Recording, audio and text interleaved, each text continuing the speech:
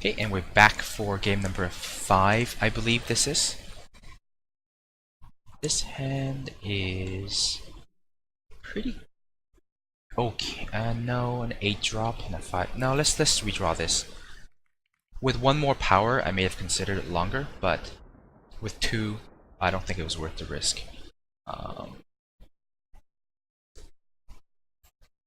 Question is, do I want a second Justice or a second Shadow? I think the only card that requires 2 Justice is Macto, so I think I'm just going to go ahead and get my second Shadow Sigil, because the Zenin Cultist requires 2 Shadow.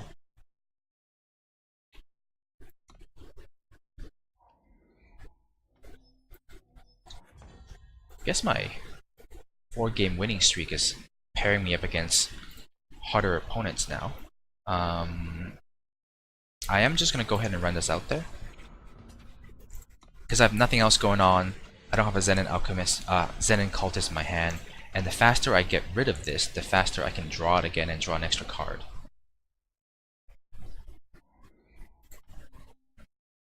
So some kind of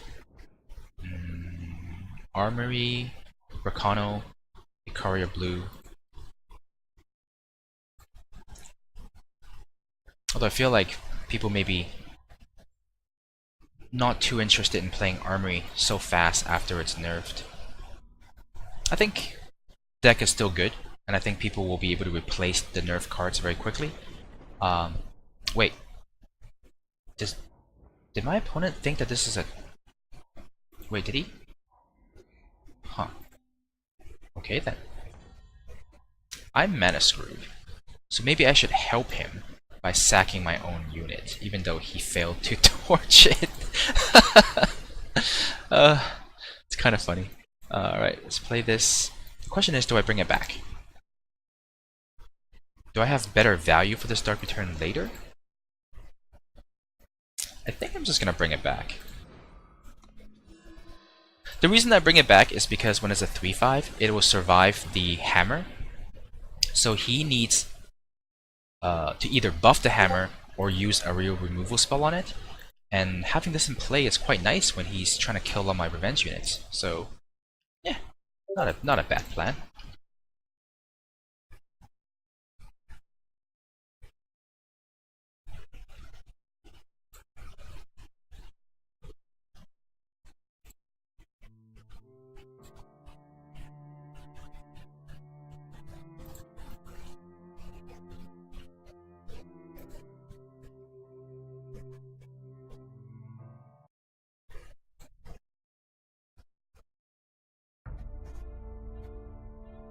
My opponent is deep in the tank right now.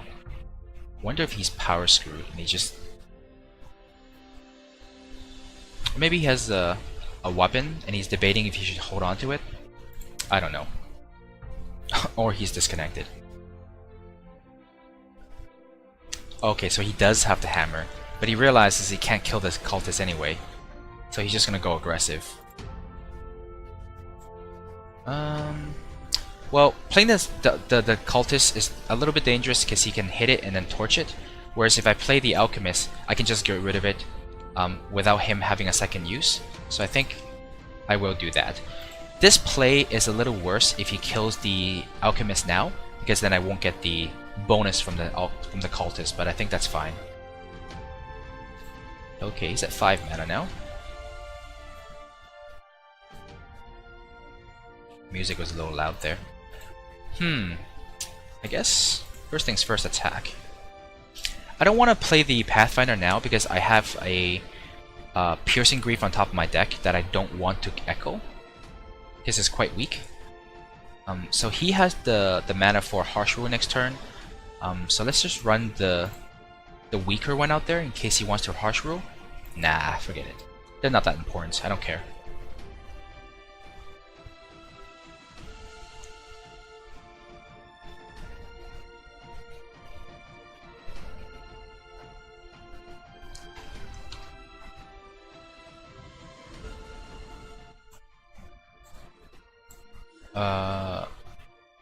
Okay, he just chose to give me the +2/+2 for free. And that also means he doesn't have a harsh rule, because otherwise he wouldn't have wasted his torch like that. Wow, that's a great trade. Okay, draw a card. Yeah, grab a land. So let's just play. Actually, now I may consider playing the Pathfinder.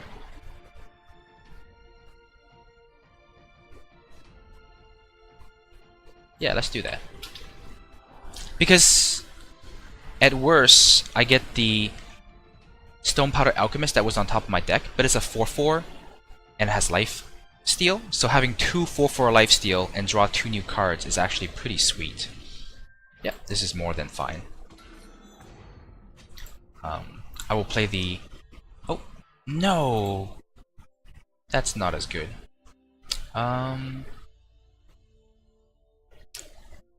So this actually entices me. So because these both still have the revenge triggers, there's a lot of value in playing them after I play the Zen and Cultist.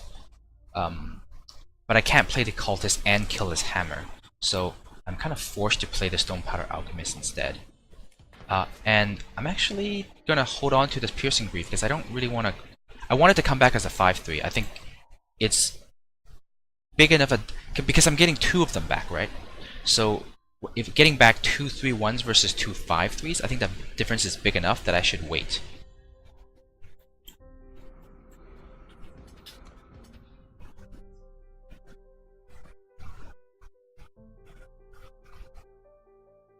My opponent's in a tough spot. You don't really want to trade with these units when the Zen and Cultist is in play.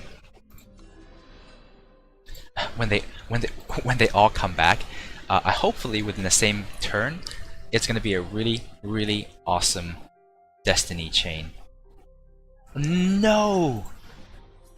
Well, good thing I have 2 slays in my hand. Oh yeah. Oh, it doesn't have echo. That's too bad. Let's just kill this, play this, and my opponent I think is pretty close to dead. Down to 3. He needs something very good to come back from this.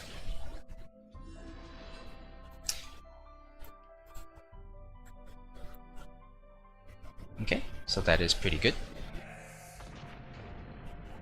He still dies to a top deck Piercing Greaves.